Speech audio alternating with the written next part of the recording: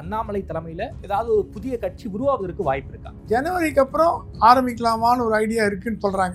புதிய கட்சியா? புதிய கட்சி. அந்த கட்சி அப்படியே தோக்கப்பட்டாலும் அது மோடி பிஜேபிக்கு ஆதரவா இருக்கும். பிஜேபியில இருந்து வெளியே போய் ஒரு புதிய கட்சி ஆரம்பிக்கிறாரு. அதுக்கு அரிசி மூட்டை குடோன்லயே இருந்திருக்கலாம். பாஜக விட்டே வெளியே வந்திருக்க தேவையில்லையே.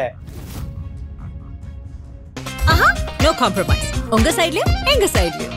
It's a GT promise. GT Holidays, South India's #1 travel brand. உங்கள் தங்க நகையை அதிக விலைக்கு விற்கவும் மற்றும் அடகில் இருக்கும் தங்க நகையை மீட்டெடுத்து அதிக விலைக்கு விற்கவும் உடனே அணுகவும். Prime gold hub 9840551787. தமிழர்களின் #1 சாய்ஸ் தமிழ் மேட்ரிமோனி. ரஜினிகாந்த் கிட்ட பேசியிருக்காரு அண்ணாமலை. ரஜினியை கட்சி தலைவரா போட்டு ஒரு பொது செயலாளரா வந்து ரஜினி தலைமையில் இந்த கட்சி செயல்படும். அண்ணாமலை அரசியல் கொண்டு வந்து யாரு? ரஜினி. கௌரவ தலைவராக ரஜினிகாந்த் போட்டு அண்ணாமலை செயலாளரா போய் ஒரு கட்சி ஆரம்பிச்சான்னா அதற்கு பிரகாசமான எதிர்காலம். மத்திய பாஜக அண்ணாமலையை தனி கட்சி துவக்க தூண்டுகிறதா அப்படின்னு ஒரு கேள்வி எழுதி. அப்ப கூட்டணி கணக்குகள் என்ன ஆகும்? அண்ணாமலை திமுக பக்கம் போக மாட்டார், காங்கிரஸ் பக்கம் போக மாட்டார், பிசிக பக்கம் போக மாட்டார். அவர் போறதா இருந்தா போகக்கூடிய ஒரே இடம் விஜயா தான் இருக்கும். ஒரு சினிமா ஸ்டாருக்கு ஈக்குவலண்டா பிஜேபியில் இருக்காருன்னா அண்ணாமலை தான். போற இடம்லாம் கும்பல் அப்படியே பிச்சுட்டு போகும். அந்த தொண்டர்கள் வருத்தப்பட்டு தலைவா ஏன் வரலன்னு கேட்டுக்கிட்டு எல்லாம் சோசியல் மீடியாலாம் எழுதிட்டு இருக்காங்க. அவங்க என்ன சொல்றாங்க? அண்ணாமலை தனி கட்சி ஆரம்பிச்சா நல்லது, தனி கட்சி வரணும். ஏன்னா நீங்க போட்ட உழைப்பு வேஸ்டா போகக்கூடாது. ஒரு மாநில தலைவரை மாற்றும் பொழுது அவருக்கு ஒரு பொறுப்பு கொடுப்பாங்க. தமிழிசைக்கு கவர்னர், பொன் ராதாகிருஷ்ணனுக்கு மந்திரி, ஏல்முருகனுக்கு மந்திரி. அந்த மாதிரி எந்த ப்ரமோஷனும் அண்ணாமலை கொடுக்கப்படலை. ஸோ இப்போ என்ன ஆகி போச்சு? 2ஆம் கட்ட தலைவர்லாம் டெல்லியே அண்ணாமலை ஓரம் கட்டுறது போல இருக்கு. நம்ம என்னத்துக்கு போய் நம்ம அவரோட ஈசிக்கணும், வேண்டாம் கொஞ்சம் ஒதுங்கியா இருப்போம் அப்படின்னு இருக்கிறது அண்ணாமலைக்கு மனசு வருத்தமா இருக்கு. எனக்கு தெரிஞ்சு இப்போ விஜய் அட்வைஸ் கேட்கும் ஒரு சில தலைவர்களில் பி சிதம்பரமும் ஒருவரும் கேள்விப்படுறோம். அதுக்கு பி சிதம்பரம் போன்றவர்கள், மாணிக்கம் தாக்கூர் போன்றவர்கள், மணிசங்கரையர் போன்றவர்கள், அப்புறம் வந்து இவங்கெல்லாம் அந்த ஜோதிமணி இவங்கெல்லாம் வந்து கொஞ்சம் நம்ம ஏன் டிஎம் போட்டு வெளியில் இதோடு வரக்கூடாது அப்படின்ற ஒரு மைண்ட் செட்டில் வந்திருக்காங்க. திமுக 10 சீட்டு கொடுத்தாங்கன்னா அது எம்பி போஸ்ட் சார். விஜய் கிட்ட போனா அது எம்பி போஸ்டா கன்வெர்ட் ஆகுமாங்கிற ஒரு சந்தேகம் இருக்குல்ல. ஆறுது. இப்போ காங்கிரஸ்ல என்ன ஒரு கவலைன்னா, திருப்பி அதிமுக ஆட்சிக்கு வந்ததுன்னா திமுக தோற்கடிக்கப்பட்டால் எங்க கட்சி வேட்பாளர் தோற்கடிக்கப்படுவார்களே. விஜய்க்கு இப்போ வாழ்வாசா ஆபரேஷன். ஓகே, எந்த பக்கம் போறது? காங்கிரஸ் பக்கம் போறதா இருந்தா திமுக கூட்டணியை உடைக்கணும், இல்லையா என்டிஏ பக்கம் வரணும். என்டிஏ பக்கம் வந்தா மைனாரிட்டி வாக்கெல்லாம் வெளியில போயிடும், உள்ள வராது. என்டிஏல வந்தாருன்னா விஜய் முதலமைச்சரா இந்த வாட்டி வர முடியாது. 10 வருஷம் கழிச்சு வேணா வரலாம். அதான் பவன் கல்யாண் சொன்னா, you are a CM candidate Vijay car, நீங்க எப்படி சிஎம் ஆக போறீங்க? ஆமா, you are young, only 50. So உங்களுக்கு இன்னொரு 10 வருஷம் சிஎம் ஆகலாம். அது வரைக்கும் நிறைய கத்துக்கங்க. ஸோ ஒரு பக்கம் பவன் கல்யாண் பிரெயின் வாஷ் பண்றாரு, ஒரு பக்கம் பி சிதம்பரம் பிரெயின் வாஷ் பண்றாங்க. நடுவில் என்ன முடிவு எடுக்க போறாரு விஜய்ங்கிறது பொறுத்து இருந்தா. ஆதனையர்களுக்கு அன்பு வணக்கம். இன்று நம்மோடு மூத்த பத்திரிகையாளர் திருமிகு பிரகாஷம் சுவாமி அவர்கள் உள்ளார். வணக்கம் சுவாமி சார். சார், பாஜக இஷ்யூ பற்றி தான் உங்ககிட்ட கேட்கணும்னு நினைக்கிறேன். நயினார் தான் பாஜகவுடைய மாநில தலைவராக இருக்காரு. அவருடைய பிறந்தநாள் அன்னைக்கு நெல்லையில அண்ணாமலை ரசிகர் மன்றம் அப்படிங்கிற பேர்ல அண்ணாமலை போட்டோ போட்டு ஒரு லோகோ வச்சு ஒரு சின்னதாக ஒரு இயக்கம் ஒன்று ஆரம்பிச்சிருக்காங்க. அது அன்னைக்கே ஒரு மிகப்பெரிய அளவுல பேசப்பட்டது. இதை அண்ணாமலை அவர்களே கண்டம் பண்ணார். இந்த மாதிரியெல்லாம் நீங்க பண்ணக்கூடாது அப்படிங்கிற ரீதியில சோசியல் மீடியால அதை பத்தி அட்ரஸ் பண்ணியிருந்தாரு, ட்விட்டர்ல அதை பத்தி எழுதியிருந்தாரு. எனக்கு என்ன கேள்வினா, நெருப்பு இல்லாம புகையாது. அண்ணாமலை பாஜக விட்டு வெளியே வந்துடணும், உள்ளுக்குள்ள நமக்கு மரியாதை இல்லை, யாரும் நம்ம கூட அந்த அளவுக்கு ஒரு மரியாதை கொடுக்க மாட்டேங்கிறாங்க அப்படிங்கிற மைண்ட் செட்டுக்கு அண்ணாமலை அவர்கள் வந்துட்டாரா? அண்ணாமலை தலைமையில ஏதாவது ஒரு புதிய கட்சி உருவாவதற்கு வாய்ப்பு இருக்கா? சரி, அண்ணாமலை பதவி விட்டு விலகி 7-8 மாசம் ஆகுது. பதவியிலிருந்து விலக்கி வைக்கப்பட்டார். முன்னாள் தலைவராகி 8 மாசம் ஆகுது, 7 மாசம் ஆகுது. தமிழக பாஜக என்ன வழக்கம்னா, ஒரு மாநில தலைவரை மாற்றும் பொழுது அவருக்கு ஒரு பொறுப்பு கொடுப்பாங்க. தமிழிசைக்கு கவர்னர், பொன் ராதாகிருஷ்ணனுக்கு மந்திரி, ஏல்முருகனுக்கு மந்திரி, அந்த மாதிரி இதுக்கு முன்னாடி இந்த தலைவர்கள் அத்தனை பேரும் பொன்னார்தான் தமிழிசை அப்லிஃப்ட்மெண்ட் கொடுப்பாங்க. அப்லிஃப்ட்மெண்ட். இப்போ இதுக்கு அடுத்தது ப்ரமோஷன். எஸ், ப்ரமோஷன் கரெக்டான ப்ரமோஷன் கொடுப்பாங்க. அந்த மாதிரி எந்த ப்ரமோஷனும் அண்ணாமலை கொடுக்கப்படலை. இருந்தும் இந்த 3 பேரை விட அதிகமாக கட்சிக்கு உழைச்சி கட்சிக்கு நல்ல பேர் வாங்கி கொடுத்து கட்சியை வளர்த்ததில் அண்ணாமலையோட பேரும் புகழ் இருக்கிறத அவங்க எதிரிங்களே ஒத்துப்பாங்க. ஓகே, அவருக்கு எந்த விதமான பதவியும் கொடுக்கப்படவில்லை. அரசியலில் வருந்த நீங்க கேட்கலாம், பதவி தான் முக்கியமான. அரசியலில் ரெக்கக்னிஷன் தேவை. ஓகே, அங்கீகாரம் கண்டிப்பாக தேவை. ஏன் எல்லாரும் முதலமைச்சர் ஆகணும்னு சொல்கிறாங்க, ஏன் அமைச்சர் ஆகணும்னு சொல்கிறாங்க? நான் வெறும் எம்எல்ஏ மட்டும் இருந்துட்டு போகிறேன்னா இல்லை. அந்த அரசியல் என்பது பதவியோட சம்பந்தப்பட்டது. பதவியில் இருந்தால் தான் மதிப்பு, பதவியில் இருந்தால் அது இல்லைன்னா 2ஆம் கட்டம் தான். இந்த 7 மாதமாக அண்ணாமலை எந்த ஒரு லோக்கல் பிரச்சனைகளையும் தலையிடுறதில்லை. கமலாலயம் பக்கம் அவ்வளோ வரதில்லை. இதோ அவர் வந்தாலும் ஒன்றும் சொல்ல போகிறதில்லை, வரதில்லை. அவர் தனியாக அவர் பாட்டு தனியாக ஒருத்தனை பண்ணிட்டு இருக்காரு. அவருக்கும் இப்போ இருக்கிற தலைவருக்கும் அண்டர்ஸ்டாண்டிங் ஓரளவுக்கு நல்லா போயிட்டு இருக்கு. எந்த ஒரு பிரச்சனையும் கிடையாது. முட்டல் மோதல் அறிக்கைகிட்ட சண்டையெல்லாம் ஒன்றும் கிடையாது. நயினார் அண்ணாமலை மேலே பெரிய மரியாதை வச்சிருக்காரு. ஆனால் 2ஆம் கட்ட தலைவர்கள்லாம் அண்ணாமலையோட பேசுனா நயினார் கோச்சி பாரோன்னு பயந்துன்னு பேசுறதையே நிறுத்திட்டாங்கன்னு நான் கேள்விப்படுறேன். ஓகே, நயினார் பேசக்கூடாதுன்னு சொல்ல, அவர் அதுக்கெல்லாம் அப்பாற்பட்டவர். அவர் கட்சியை வளர்க்கணும்னு பார்க்குறாரு, அவரோட ஓன் வேலை போகிறார். நயினாரை குறை சொல்லக்கூடாது. அவருக்கு என்ன பாதையோ அந்த பாதையில் அவர் போகிறார். அண்ணாமலை பாதையில் போகணும்னு நீங்கள் எதிர்பார்க்க முடியாது. அவருக்கு தனி பாதை.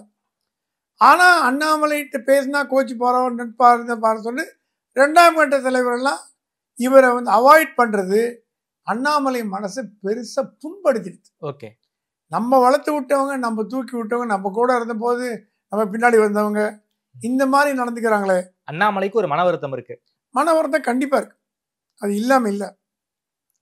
அந்த மன வருத்தம் அண்ணாமலை இருக்கு என்பதே அவருடைய தொண்டர்கள், அவருடைய ரசிகர்கள். நான் இப்போ அந்த வார்த்தை ரசிகர்கள் யூஸ் பண்ணுவேன்.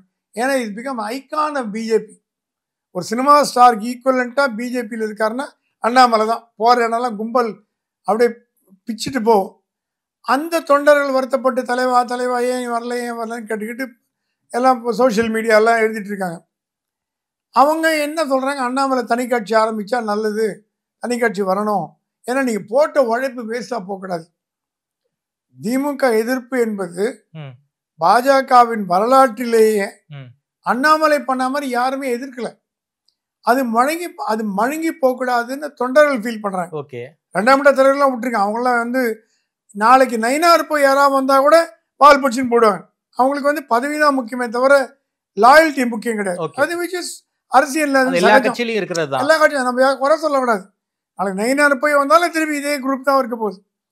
ஆனால் அவங்க தொண்டர்கள்லாம் பார்த்தீங்கன்னா நல்லா தெரியறது, அண்ணாமலையோட ரசிகர்கள், தொண்டர்கள், கட்சிக்காரர்கள், கடைமட்ட தொண்டர்கள் எல்லாரும் பாய்காட் பண்ண ஆரம்பிச்சிட்டாங்க.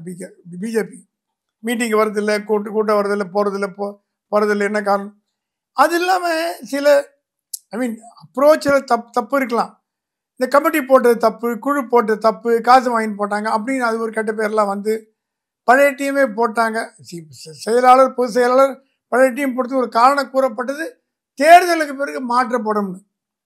தேர்தலுக்கு பிறகு மாற்றத்துக்கு எதுக்கு நீங்கள் போடுறீங்கன்னு ஒரு கேள்வி வருது. இது கண் துடைப்பு வேலையா இல்லை உண்மையாகவே டெல்லி அந்த மாதிரி சொல்லிச்சா? இவங்க சொல்கிறாங்களா, நாங்கள் என்னங்க பண்ணோம், எங்களை போய் திட்டுறீங்களே, டெல்லி இந்த மாதிரி இந்த லிஸ்ட்டை போட்டு அனுப்பி இவங்களை போடுன்னு நாங்கள் என்ன பண்ண முடியும் அப்படின்னு சொல்லிட்டு வராங்க. அதில் அண்ணாமலை ஆதரவாளர்களுக்கு எந்த போஸ்ட்டுமே இல்லை.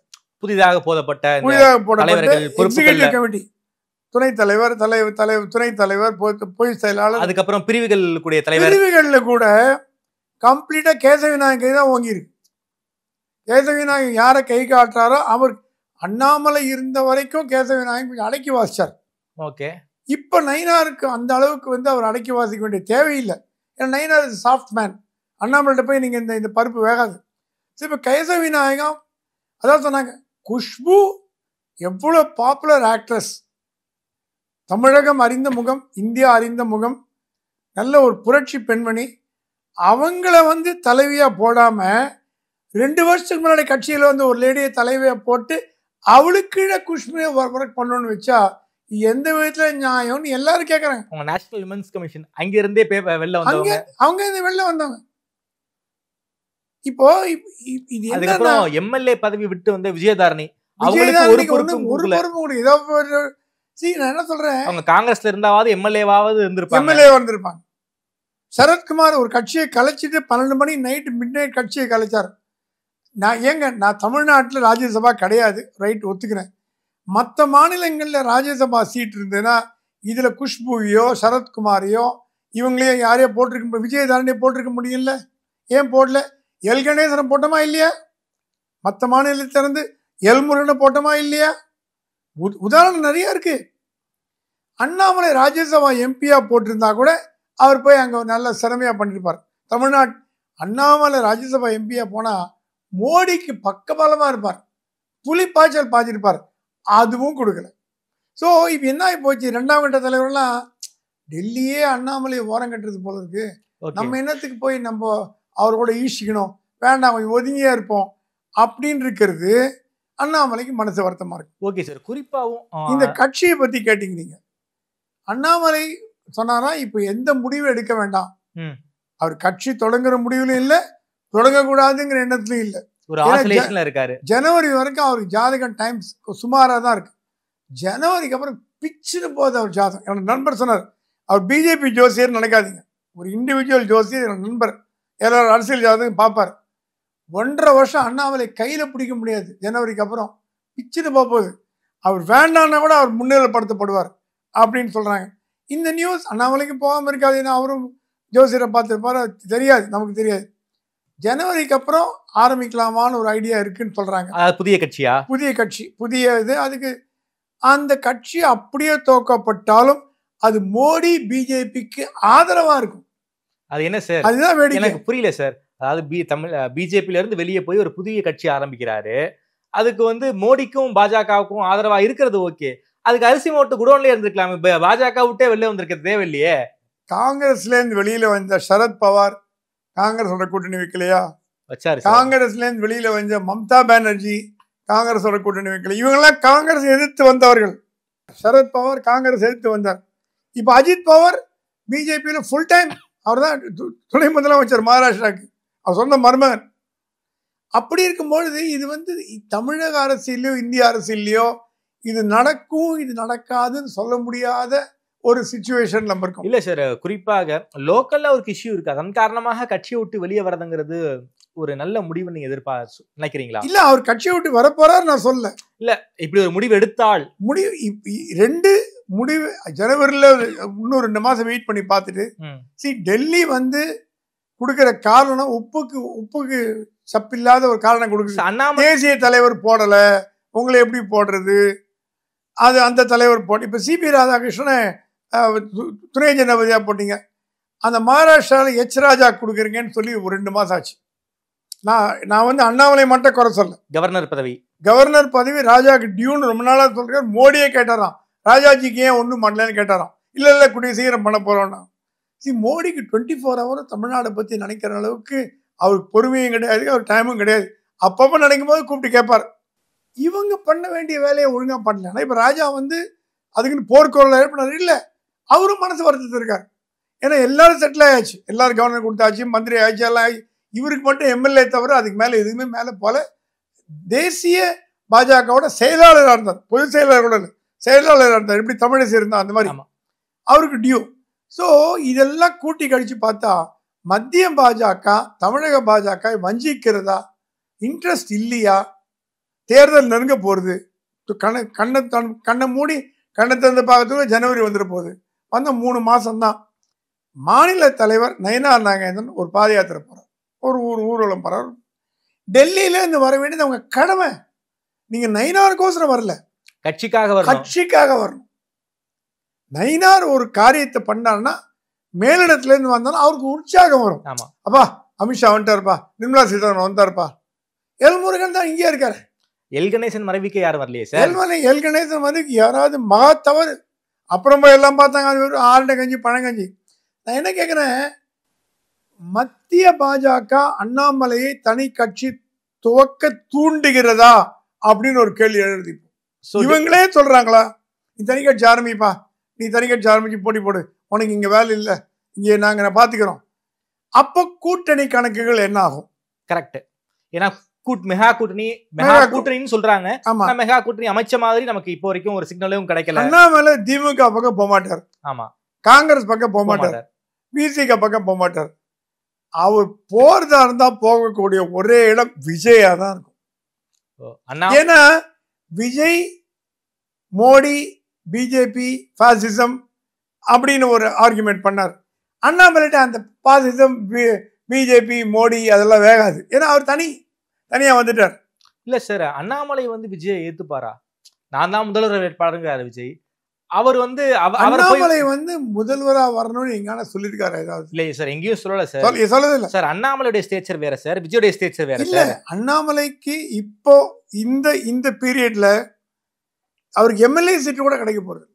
இவர் கொடுத்தாலும் வாங்க வேணாம்னு சொல்ல போறாரு. பிஜேபியில கொடுத்தாலும் வேணாம்னு சொல்ல போறாரு. ஏன்னா அவருக்கு ஒரு சுயமரியாதை, அதிமுக தேவையில்லை நாளைக்கு ஜெயிச்சார்ப்பா அண்ணாமலைன்னு சொல்லுவாங்கன்ற ஒரு நோக்கத்துல வேண்டாங்கன்னு சொல்லிட்டார். கேம்பெயின் மட்டும் போறேன். இப்போ நான் ஏன் 2 மாதம் சொல்றேன்னா, இந்த கேம்பெயின் கமிட்டி தலைவராக அண்ணாமலையை போட்டாலாவது அவருக்கு ஒரு திருப்தி வரும். அதுவும் பாஜக பண்றதா இல்ல. அப்ப கேம்பெயின் கமிட்டி கூட பண்ணாம, கேம்பெயின் கமிட்டி விடுங்க சார், இன்னும் கூட்டணியே பெருசா ஃபார்ம் பண்ணலையே சார். கூட்டணி ஃபார்ம் பண்ணல. நான் என்ன கேட்கிறேன், இந்த கூட்டணி அண்ணாமலை தலைமையில் இந்த கூட்டணி அமைஞ்சிருந்தாலும் இன்னும் வலுவா இருந்திருக்கும்ல. இப்ப அண்ணாமலை சொல்றார் எடப்பாடி தான் அடுத்த முதலமைச்சர், அதிமுக தான் பிரதான கட்சி. எல்லாம் அது என்ன காரணம்னு தெரியாது. மேபி அவர் என்ன நினைக்கிறார், டெல்லி முடிவு பண்ணியாச்சு, நம்ம ஃபாலோ பண்ணோம், we are all disciples of Delhi. அந்த முடிவு அப்போ அவர் எடுத்திருந்தார்னா தலைவராக இருந்திருப்பார், ஸ்ட்ராங்காகவும் இருக்கும், கட்சியும் ஸ்ட்ராங்காகவும் இருந்திருக்கும், அதிமுகவையும் நீங்க ஒற்றுமையா போயிருக்கலாம். அந்த இடத்துல தான் இடிக்குது. ஏன் அப்ப சொல்லாம இப்ப சொல்றாரு அண்ணாமலை அப்படிங்கிறது அந்த கேள்விக்கு பதில் இல்லை. நானும் நிறைய அரசியல் தலைவர்களை கேட்டு பார்த்துட்டேன், என்னங்க காரணம்னு. அவங்க சொல்றது என்னன்னா, டெல்லி எடுத்த முடிவு ஃபாலோ பண்ணாருங்க. அப்பயே ஃபாலோ பண்ணிருக்கலாமே. அப்போ டெல்லி தப்பான முடிவு எடுத்துட்டாங்க. ஏன்னா 400 ஜெயிச்சிருவோம், தமிழ்நாடு நமக்கு தேவையில்லைங்க ஒரு மைண்ட் செட்ல இருந்தாங்க. கரெக்ட். டெல்லி பண்ற தவறுகள் அடி யாரு வாங்குறதுன்னா தமிழ்நாட்டு பிஜேபி தலைவர் தான் அடி விழுது. ஓகே. ஏன்னா டெல்லி வந்து டெல்லிக்கு Tamil Nadu one of the states. Okay. நமக்கு அப்படி இல்லை, நமக்கு வாழ்வா சாவா. தமிழ்நாடு பிஜேபி தலைவர் நயினாரோ அண்ணாமலையோ யாரோ ராஜாவோ யாரோ வாழ்வா சாவா பிரச்சனை. நாளைக்கு திமுகவை எதிர்கொள்ளணும், அதுக்கு ஸ்ட்ராங்கா இருக்கணும். ஏடிஎம்கே பிஜேபி அலையன்ஸ் இன்னும் ஜெல் ஆச்சான்னு கேட்டீங்கன்னா இன்னும் ஜெல்லாற மாதிரி இருக்கு. அப்படி பார்த்தீங்கன்னா நயினாரில் வந்து எடப்பாடி வரலையே, வந்திருக்கணுமே. இது கேள்விகள் எழலாம். ஏன்னா எடப்பாடிக்கு என்னன்னா, நான் போய் கூட்டம் கூடி அந்த கூட்டம் நயினாருக்கு வந்த மாதிரி ஆயிடுச்சுன்னா என்ன பண்றது அப்படின்ற ஒரு எண்ணமா இருக்கு. ஓகே, நமக்கு தெரியல. ஸோ இந்த ஜெல் ஆச்சான்னு கேட்டீங்கன்னா ஜெல்லாகத்தினால இப்ப எல்லாமே ஒரு குழப்படியில இருக்கு. தமிழக பாஜக குழப்பத்துல இருக்கு, கூட்டணியும் குழப்பத்துல இருக்கு, விஜயும் குழப்பத்துல இருக்காரு. எல்லாமே இந்த குழப்பம் தீர்வதற்கு ஒரு 2 மாசம் ஆகும்னு நினைக்கிறேன். ஏன்னா வேற வழி இல்லை, அதுக்குள்ள தீர்த்தாகணும். அந்த 2 மாசத்துக்குள்ள அண்ணாமலையை எப்படி டெல்லி பயன்படுத்தும், அதுக்கு நாளைக்கு காத்தால தூக்கி அவர் வந்து மந்திரியா போடணும்னு சொல்ல, அவருக்கு உரிய அங்கீகாரம் கொடுக்கப்படவில்லை என்றால் அவர் தனி கட்சி துவங்குவதற்கான வாய்ப்புகள் அதிகம். தொடங்குவார்னு சொல்ல மாட்டார், வாய்ப்புகள் அதிகம். அதுக்கு உண்டான கிரவுண்ட் ஒர்க் எல்லாம் பண்ணி வச்சிட்டார் அவரு. அதெல்லாம் கிளவரா பண்ணிட்டார். கிரவுண்ட் ஒர்க் இனிமே பண்ணணும், எல்லாம் ரெடி பண்ணிட்டார். ஓகே. கட்சி பேரை அமைக்க அனௌன்ஸ் சொல்ல வேண்டியது, கொடி போட வேண்டியது, கொள்கையை சொல்ல வேண்டியது, மேட்டர் முடிஞ்சு போச்சு. விஜய் ஆரம்பிக்கல ஒரு மாசத்துல. ஸோ அண்ணாமலை ஆரம்பிக்கிறதுக்கான முன்னேற்பாடுகள், கிரவுண்ட் ஒர்க் எல்லாம் ரெடி. ஓகே. ஆரம்பிக்க மாட்டாரா ஆரம்பிப்பாராங்கிற வாயிலே இருந்து வர வார்த்தையை வச்சு அவங்க தொண்டர்கள் முடிவு பண்ணாங்க. அடுத்த ஸ்டேஜ் அவர் அந்த முடிவு அவரை எடுக்க முடியும், நம்ம எடுக்க முடியாது. ஆனா பாஜக டெல்லிக்கு இதெல்லாம் தெரியுமானா, இன்டெலிஜென்ஸ் வழியா எல்லாம் போயிருக்கு. தெரியும், இருந்தாலும் அமைதியா இருக்காங்க. டெல்லி கூப்பிட்டு கேட்டாங்களா, என்னங்க தனி கட்சி தனி கொடி என்னமோ தனி சின்னம் எல்லாம் போடுறீங்கன்னு கேட்டு சொன்னாதான், இது இல்லைங்க நான் கண்டிச்சுட்டு இல்ல டெல்லி டோஸ் கொடுத்துருக்கோ, இதுக்கு டோஸ் இல்ல கூப்பிட்டு கேட்டாங்கன்னு கேள்விப்பட்டேன். ஓகே. என்ன வாட்ஸ் கோயிங் ஆன்ற மாதிரி அவங்க இன்டெலிஜென்ஸ் ரிப்போர்ட் போயிட்டு அண்ணாமலை சொன்னாலே, ஆர்வ மிகுதியில் என்னோட ரசிகர்கள்லாம் என்னோட தொண்டர்கள்லாம் பண்ணிட்டாங்க, நான் கூப்பிட்டு கண்டிச்சிட்டேன். அதில் இனிமேல் இது மாதிரி எதுவும் நடக்காது, நான் வந்து நயினார் கூட தான் சப்போர்ட் பண்ணிட்டு இருக்கேன். ஓகே, எனக்கு இந்த எண்ணம் கிடையாது. என்னோட ஆதரவாளர்கள் ஏதாவது தப்பு பண்ணாங்கன்னா நான் என்ன பண்றது, நான் தூண்ட சொல்லன்னு ஓகே, டெல்லிகிட்ட சொல்லியிருக்காரு. ஆனா மற்ற 2ஆம் கட்ட தலைவர்கள்லாம் பிஜேபியில சொல்றாங்க நெருப்பு இல்லாம புகையுமாங்க, இவர் சொல்லாம கேட்பாங்களா, இவர் தான் டெஸ்ட் பண்ணி பாக்குறாரு வாட்டரை, டெல்லி என்ன நினைக்குதுன்னு டெஸ்ட் பண்றதுக்கு ஒரு டெஸ்டிங் கிரவுண்டு மாதிரி. டெல்லி என்ன நினைக்கிறது, மற்ற தலைவர் என்ன நினைக்கிறாங்க இதை பற்றி. ஆனா அண்ணாமலை கட்சி ஆரம்பிக்க போகிறார் என்ற தகவல் வந்த உடனே சோசியல் மீடியாலாம் அப்படியே பொங்கி எழுந்தது. நீங்க பார்த்துருப்பீங்க, அத்தனை பேரும் வரவேற்றாங்க. ஸோ அந்த வரவேற்பை தான் அண்ணாமலை கவனிக்கிறார். ஓகே, நமக்கு வரவேற்பு இருக்கா இல்லையா, ஏன் கட்சி தோக்கணும் அப்படின்னு கேட்குறாங்களா. அவருடைய ஆதரவாளர் அனைவரும் தலைவா நீ தோவுக்கு நான் வரேன், நான் கட்சியில் ஜாயின் பண்ணுறேன் 99% அப்படி சொன்னதுனால அண்ணாமலை உற்சாகம் அடைஞ்சிட்டார். ஓகே, ஸோ நம்ம ஆதரவாளர்கள் எங்கேயும் போகல, நம்ம கூட தான் இருக்காங்க. இப்போ அண்ணாமலை ஆதரவாளர்கள் அதிகமாக, தமிழ்நாட்டு ஆதரவாளர்கள் அதிகமாக இருந்தால் அண்ணாமலைக்கு ஆதரவாளர்கள் அதிகம் பாஜகவில் இருக்காங்க. ஓகே, ஏன்னா பாதி பேர் மனக்குழப்பத்திலையும் பதவி கிடைக்காதவங்களும் எல்லாரும் அண்ணாமலை ஆதரிச்சு அண்ணாமலை இருந்தா அப்படி பண்ணிருக்க மாட்டாங்க அப்படிங்கிற குரல் தான் கேட்கறது நான் கேள்விப்படுறேன். ஓகே சார், அப்படின்னா டெல்லி எடுக்கக்கூடிய முடிவின்படி, அதாவது டெல்லி ஏதாவது ஒரு உரிய அங்கீகாரம் கொடுத்தா பாஜகவில் பயணிப்பாரு, அப்படி இல்லை என்றால் ஜனவரிக்கு பிறகு புதிய கட்சி ஆரம்பிப்பாரு சொல்ல வரீங்க. ஜனவரிக்கு பிறகு புதிய கட்சி. உள்ளூர் மாற்றங்கள் என்ன வரும்னா, ரஜினிகாந்த் கிட்ட பேசியிருக்காரு அண்ணாமலை, ரஜினியை கட்சி தலைவராக போட்டு ஒரு பொது செயலாளராக வந்து ரஜினி தலைமையில் இந்த கட்சி செயல்படும். ஏன்னா அண்ணாமலை அரசியல் கொண்டு வந்தது யாரு, ரஜினி. என்னோட முதலமைச்சர்னு சொன்னது யாரு, அண்ணாமலையா, ரஜினி. ஆமா, நல்லா ஞாபகம் வச்சு பாருங்க. நான் தான் முதலமைச்சரா போட போறேன். கட்சி ஆரம்பிக்கிற மூட்ல இருந்தார், அண்ணாமலை அவர்கள் தான் ரஜினியுடைய முதல் வேட்பாளராக இருப்பார்னு அந்த காலத்துல சோசியல் மீடியா பத்திரிகையெல்லாம் எழுதுனாங்க. இப்போ ரஜினிகாந்த் கட்சி ஆரம்பிக்காட்டி கூட, கட்சி ஆரம்பிக்கிற அளவுக்கு இனிமே அவரால் அதுக்குள்ள ஏற்பாடு பண்ண முடியாது. கௌரவ தலைவராகவும் எப்படி பாமக மணி கௌரவ தலைவராக இருக்காரு, இவருக்கு அந்த மாதிரி கௌரவ தலைவராக ரஜினிகாந்த் போட்டு அண்ணாமலை செயலாளராக போய் ஒரு கட்சி ஆரம்பிச்சான்னா அதற்கு பிரகாசமான எதிர்காலம் தமிழ்நாட்டில் இருக்கிறதுன்னு அடிச்சு அரசியல் பார்வையாளர்கள் சொல்றாங்க. இது நடக்குமா நடக்காதான்னு தெரியாது. ஆனா சார் ரஜினி வருவாரா சார்? ரஜினி அண்ணாமலைக்கு மேல ரொம்ப பாசம் வச்சிருக்காரு. இல்ல சரி, ஆனா அதே நேரத்தில் ரஜினி சொல்றாரா அண்ணாமலை மோடிக்கு அமித்ஷாக்கு எதிராக போக மாட்டார் அப்படிங்கிற அவர் கருத்து. அது திருப்பி நம்ம பேக் டு ஸ்கொயர் ஒன் வரும். இப்போ அண்ணாமலை கட்சி ஆரம்பிச்சாருன்னா டைரக்டா பிஜேபியோட மோதாது, டிஎம்கேவோட தான் போதும்.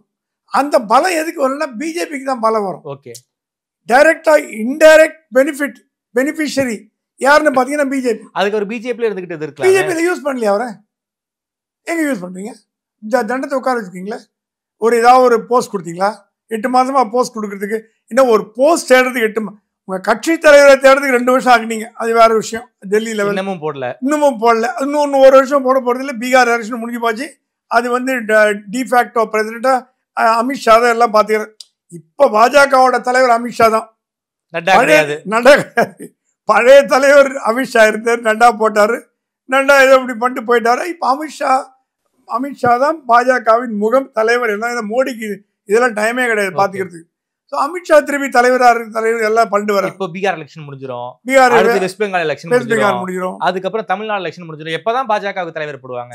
எப்ப தலைவர் போடுறாங்கன்னு தெரியல. அதனால மத்தவங்க போஸ்ட் எல்லாம் காலியா கிடக்கு. ஓகே, முக்கியமான தலைவர் எல்லாம் டெல்லியில சோர்ந்து போய், நம்ம தமிழ்நாட்டை மட்டும் மைக்ரோஸ்கோப் வச்சு பாக்குறோம். என்னோட டெல்லி நண்பர்கள்லாம் சொல்றாங்க டெல்லியில் இருக்கிற பாஜக தலைவர்கள் நொந்து போயிருக்காங்கன்றான். ஓகே, ஒருத்தருக்கு ஒரு போஸ்ட் கூட வரல, எம்பி போஸ்ட் வரல, அது வரல, இது வரல. நம்மள மாதிரியே அந்த கழக குரல்கள் இந்தியா முழுக்க எழுத ஆரம்பித்தது என்றால் அது பாஜகவுக்கு நல்லதில்லை. ஓகே, அவ்வளவுதான் என்னால சொல்ல முடியும். Okay sir. சார், குறிப்பாக விஜய் வேற குழப்பத்துல இருக்காருங்கிறீங்க. விஜய் என்ன குழப்பத்துல இருக்காரு? விஜய் வந்து ஒரு கட்டாயத்தில் இருக்கார். பாஜகவோட போலாமா காங்கிரஸோட போலாமான்னு. காங்கிரஸோட போறோம்னா காங்கிரஸ் வந்து திமுக கட்டி விட்டு வெளில வந்தாதான் முடியும். அது சொல்லிட்டாராம். திமுகல காங்கிரஸ் இருந்தா காங்கிரஸ் கிட்டே வராதிங்கன்ட்டாங்களாம். ஏன்னா அவருக்கு லாயர் கோபால் சுப்ரமணியம் ஃபிக்ஸ் பண்ணி கொடுத்ததே பி சிதம்பரம் தான் பண்ணி கொடுத்துருக்காரு. பி சிதம்பரமும் கார்த்தியும் ரொம்ப க்ளோஸா இருக்காங்க விஜயோட. அரசியலுக்கு அப்பாற்பட்டு கொஞ்சம் அட்வைஸ் எல்லாம் கேட்கிறாராம்.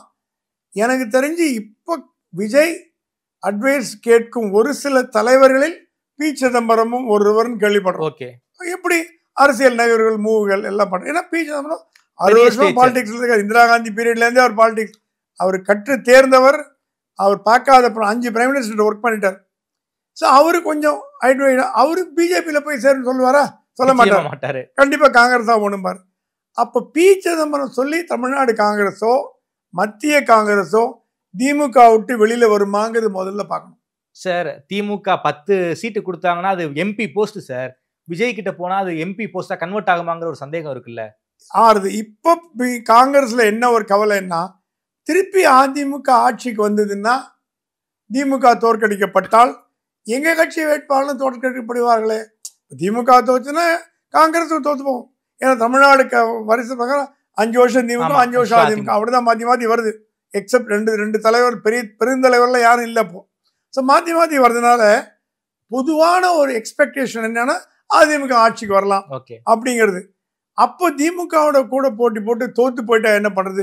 அது விஜயோட சேர்ந்து போட்டி போட்டா ஒரு 40-30 சீட் வரலாம். ஸ்டேட் ஆஸ்பிரேஷனுக்கு நேஷனல் ஆஸ்பிரேஷன் விடுவாங்களா? 40 எம்பி வச்சிருக்காங்க சார். திமுக காங்கிரஸ் கூட்டணி தமிழ்நாட்டில் 40 எம்பி வச்சிருக்காங்க. ஸோ கிட்டத்தட்ட 100 எம்பி கணக்கு. இந்திய காங்கிரஸுக்கு மொத்தமாக கூட்டணி எல்லாம் சேர்த்து வச்சு நம்ம பார்க்கும்போது 100க்கும் மேலதான் இருக்காங்க. அந்த பலத்தை விடுவாங்களா? பார்லிமெண்ட்ல ஒரு பலம் இருக்கணும்ல. திமுக வெளில வந்துச்சுன்னா காங்கிரஸுக்கு ஒரு கை போன மாதிரி இல்ல சார் அது. இல்ல, இப்ப காங்கிரஸுக்கு விஜய்னால ஒரு மற்ற 3-4 மாநிலங்கள்ல செல்வாக்கு ஓட்டு வரும்னா எப்படி விடுவாங்க? அதை விஜய்னால தமிழ்நாட்டுக்கு மட்டும் லாபம் இல்லை. கேரளாவில் இது பெரிய ஸ்டார், கர்நாடகா, ஆந்திரா, தெலுங்கானா, பாண்டிச்சேரி அங்கெல்லாம் விஜய்க்கு ஒரு கணிசமான அளவுக்கு ரசிகர்கள் இருக்காங்க. இல்ல தமிழ்நாடு அளவுக்கு அவங்க நம்மளால சொல்ல முடியாது. கேரளால இருக்காங்க. காங்கிரஸ் என்ன சொல்லுதா, அடுத்த வாட்டி காங்கிரஸ் தான் கேரளாவில் வர போறது. ஏன்னா 10 வருஷம் சிபிஎம் இருந்தாச்சு. கேரளாலையும் மாத்தி மாத்தி தான் வரும். எப்படி தமிழ்நாட்டில் ஜெயலலிதா ஒரு எக்ஸப்ஷனோ அந்த மாதிரி பினராயி ஒரு எக்ஸப்ஷன். பினராயி சொல்லிட்டாராம், I am laying down the ஆபீஸ்ன்றாராம். அவரே ரெடி. வயசாயிடுச்சு, அவர் போற மூட்ல இருக்காரு. பை பைன்னு சொல்லிட்டாரு. அவரு தேர்தல் தோத்து போனது. காங்கிரஸ் வரப்போகுது. அடுத்து காங்கிரஸ் தான் வருது. காங்கிரஸ் வருவதற்கு விஜய் உதவினால் காங்கிரஸ் இன்னும் பலமா கேரளாவில் இருக்கும். ஆந்திரா தெலுங்கானாலையும் நல்ல ஒரு பலத்தோட இருக்கும். கர்நாடகால பலமா தானே இருக்கு. கர்நாடகா பலமா இருக்கு. இப்ப கர்நாடகா இப்ப தேர்தல் இப்போதைக்கு இல்ல. இருந்தாலும் இப்ப இமீடியட்டா தேர்தல் வந்து கேரளா. தமிழ்நாடு கேரளாக்கு அட்வான்டேஜ். ஒரு சவுத் இந்தியால ஒரு மாற்றம் கொண்டு வரக்கூடிய ஒரு தலைவர் விஜயா உருவாருனார்னா அவரை பயன்படுத்திக்கிறதுல என்ன தவறு என்ற ஒரு கேள்வியும் மத்திய காங்கிரஸ்ல எழ தொடங்கி. அதுக்கு பி சிதம்பரம் போன்றவர்கள், மாணிக்கம் தாக்கூர் போன்றவர்கள், மணிசங்கரையர் போன்றவர்கள், அப்புறம் இவங்கெல்லாம் அந்த ஜோதிமணி இவங்கெல்லாம் கொஞ்சம் நம்ம ஏன் டிஎம் கூட்டு வெளியில் இந்த வாட்டி வரக்கூடாது, கொஞ்சம் டிஃப்ரெண்டா திங்க் பண்ணி பார்ப்போமே அப்படின்ற ஒரு மைண்ட் செட்ல வந்திருக்காங்க. Okay sir. ஆனாலும் பாஜகவும் விஜய் எப்படியாவது நம்ம கூட்டணிக்குள்ள அகாமடேட் பண்ணிக்கணுங்கிற ஒரு எண்ணம் இருக்கு போல இருக்கே சார். பவன் கல்யாண் பேசியதாக ஒரு பிரபல நாளிதழ் செய்தி எல்லாம் வந்திருக்கு. பவன் கல்யாண் கூப்பிட்டு சொன்னாரா, விஜய் காரு உங்களுக்கு பெஸ்ட் திங் என்டிஏ தான். நீங்க நினைக்கிற மாதிரி என்டிஏ தீண்டத்தகாத கட்சியெல்லாம் கிடையாது. டிஎம்கேவே அது கூட இருந்திருக்கு. ஸோ நீங்க உங்களோட கொள்கையை வச்சுக்கோங்க, ஒரு காமன் மினிமம் அஜெண்டா வேணா போடுங்க, நான் உங்களுக்கு டிராப் பண்ணி தரேன். என்னென்ன உங்களோட கோரிக்கைகளோ கொள்கைகளோ என்னென்ன பாஜக பண்ணக்கூடாது தமிழ்நாட்டில் அப்படின்னு நினைக்கிறீங்களோ. இப்போ நீங்க சொல்றீங்க இந்தி வேணான்னு. இந்தி தமிழ்நாட்டில் திணிக்கிறதா எனக்கு ஒன்றும் தெரியல. இந்தி ஒழிக்கன்னு சொல்றாங்களே தவிர இந்திய ஒன்றும் அகில இந்திய லெவலில் ஏதாவது நடந்ததுன்னா அது ரிப்பர்கேஷன் வரும். தேசிய கல்விக் கொள்கை அந்த மாதிரி அது வருமே தவிர தமிழ்நாட்டு மேல இந்தி திணிக்கணும்னு மத்திய அரசாங்கம் என்ன இதெல்லாம் எடுத்து சொன்னாராம். உங்களோட கன்சர்ன்லாம் சொல்லுங்க, அந்த கன்சர்ன் நம்ம அட்ரஸ் பண்ணுவோம். நானே உங்களை கூப்பிட்டு போறேன், பிஎம் உட்கார வச்சு பண்ணி தரேன்னு பவன் கல்யாண் தெலுங்கானா ஆந்திரா வந்திருந்த போது பவன் கல்யாணுக்கு அந்த அளவுக்கு இம்பார்ட்டன்ஸ் கொடுத்திருக்காரு சார். பிஎம் கொடுத்திருக்காரு. ஸோ பிஎம் சொல்லி எல்லாம் சால்வ் பண்ணி தரேன், உங்க பிரச்சனைக்கு ஒரு முடிவு கட்டி தரேன். அவர் ஃபேஸ் பண்ற இப்ப இந்த பிரச்சனைக்கெல்லாம் முடிவு கட்டி தரேன், இன்க்ளூடிங் கரூர் பிரச்சனையா, எல்லாத்தையும் முடிவு கட்டி தரேன்ட்டாராம். விஜய்க்கு இப்போ வாழ்வாசா ஆபரேஷன். எந்த பக்கம் போறது? காங்கிரஸ் பக்கம் போறதா இருந்தா திமுக கூட்டணியை உடைக்கணும். அதுக்கு காங்கிரஸ் தயாரா இருக்கான்னு தெரியல நமக்கு. நீங்க சொன்ன மாதிரி அகில இந்தியா அளவில் காங்கிரஸ் திமுகவோட 10 வருஷமா இருக்கு அப்படிங்கிற ஒரு கொள்கை இல்லையா.